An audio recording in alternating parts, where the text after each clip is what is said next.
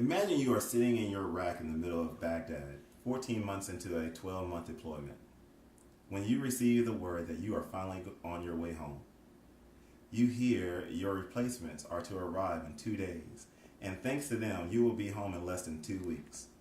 You then find out the group scheduled to replace you in a National Guard unit from North Carolina. Do you fear for their lives as they move in? Do you worry that their training did not truly prepare them for the mission ahead of them? Do you care for the past year they have been training with significantly less resources than you and active duty personnel had during your training? Of course not. You are just happy to go home. But the leadership around you recognize this, and they are more than concerned. Unfortunately, this is a scenario which is going to become more of a reality as we move forward.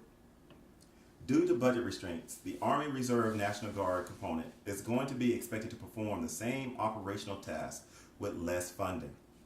For the past 10 years, the Army Reserve National Guard has deployed units all over the world in support of countless missions using the Army Force Generation Rationale Model, or ARFGen for short.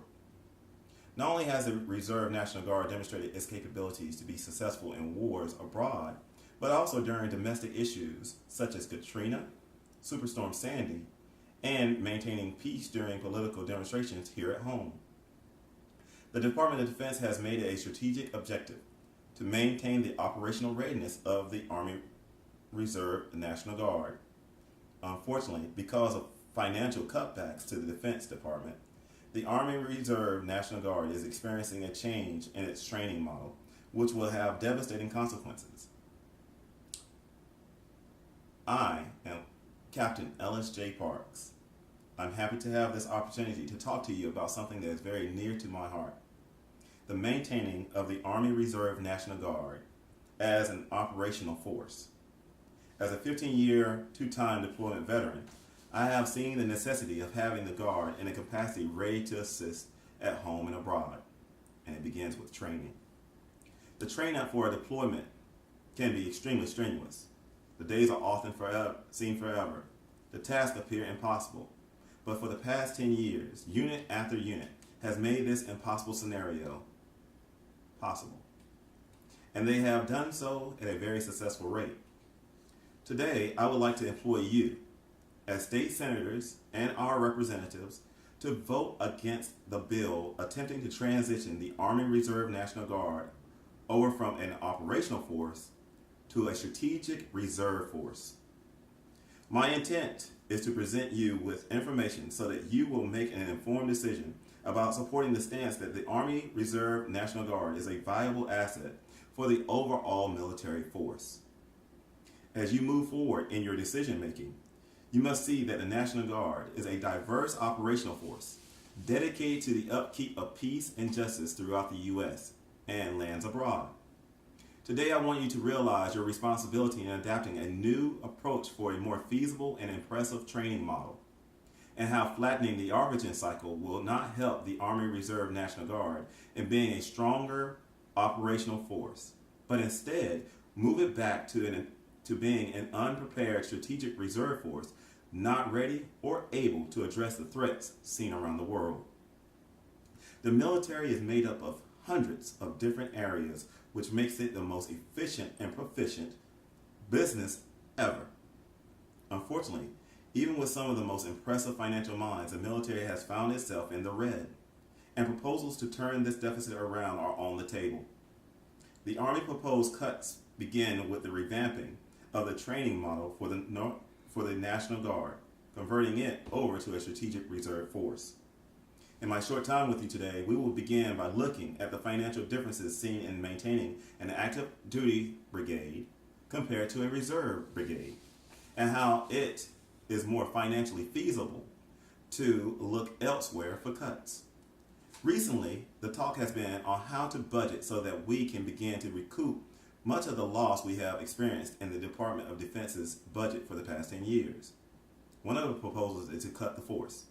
This includes both personnel and resources. But where do you make those cuts? What is the most cost-effective cuts that can be made. If you compare how much it costs to maintain an Army Reserve and National Guard brigade compared to their active duty counterpart, the answer is rather clear where the cuts should not be made.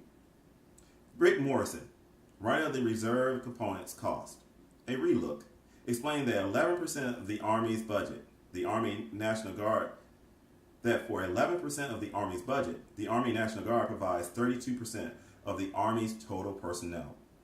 The discrepancy in these numbers are staggering, but when you compare them to the overall force, it is almost mind-blowing. According to the United States Army Reserve Posture Statement, for only 6% of the Army's budget, the Reserve provides almost 20% of the total force. This means that while the Army Reserve National Guard provides almost 40% of the Army's total personnel, they only use approximately 17% of the overall Army budget. This argument would stipulate that if you begin to cut the Army Reserve National Guard personnel and training, you're only going to affect less than 20% of the overall cost. Now, let's examine what may happen if the new ARPAGEN model is adopted.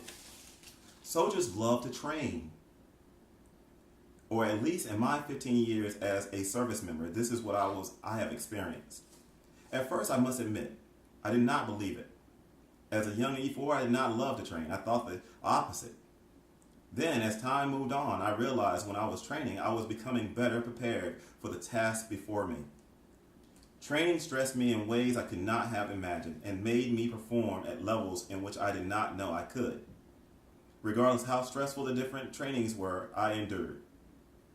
I continued to re-enlist because I enjoyed the personal and professional development the training was providing me. This stuck with me, and as I progressed in my career, I realized the importance of training and how effective it is as a tool to retain good and positive leaders. You may ask how this stance actually fit into the argument of maintaining the Army Reserve National Guard as an operational force. Let me clear this up for you. If the goal is to transition the Army Reserve National Guard over to a strategic reserve force and cut the training to save funding, then you do so at running the risk of dissolving away the Army Reserve National Guard as an Army component altogether. If the adage is, soldiers love to train, and we begin to cut their training, it would stand that eventually we will cut the force. This, you may feel, is a loose correlation, but it is not easy to dissolve this speculation when we look at the history of both the Army National Guard and the regular Army. Trends show when the force is actively engaged, people sign up to soldier, and the opposite happens when the activity is low. Throughout history, we have seen nations allow their military forces to deteriorate for various reasons, only to realize the significance of their mistakes. Task Force Smith, a poorly prepared U.S. operation conducted in South Korea in 1950, is a perfect reference point when we look at inadequate military preparedness.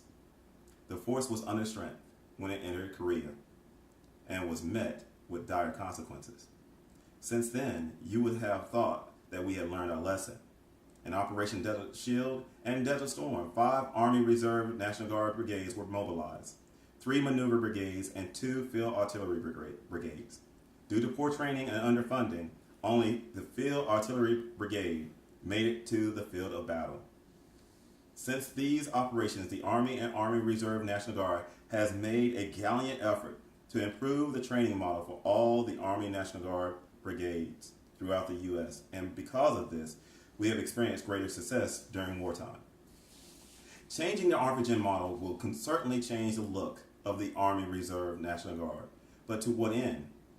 My intent was to present you with information so that you will make an informed decision about supporting the stance that the Army Reserve National Guard is a viable asset for the overall military force. I hope you now understand that more time should be dedicated in finding ways to save the Department of Defense funds outside of transitioning the Army Reserve National Guard over to a strategic reserve model. Remember, what we do today to continue this amazing force is going to have consequences in the future.